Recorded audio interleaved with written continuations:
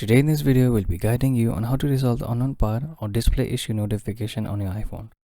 This message indicates that your device cannot confirm whether the display is genuine Apple part or not. It may be due to the part not functioning properly or an incomplete installation. This notification appears when Apple cannot verify the authenticity of your display. So we'll be going through the steps to fix it. First, open the Settings app on your iPhone. Tap on General and then choose Software Update. Make sure your iOS is up to date. If there's an update available, go ahead and install the latest version. After updating, restart your iPhone. To do this, press the volume up button, then the volume down button, and hold the power button until the Apple logo appears. Once you see the Apple logo, release the power button and wait for iPhone to restart. After your iPhone restarts, unlock your device, go back to Settings, and tap on General. Then select About.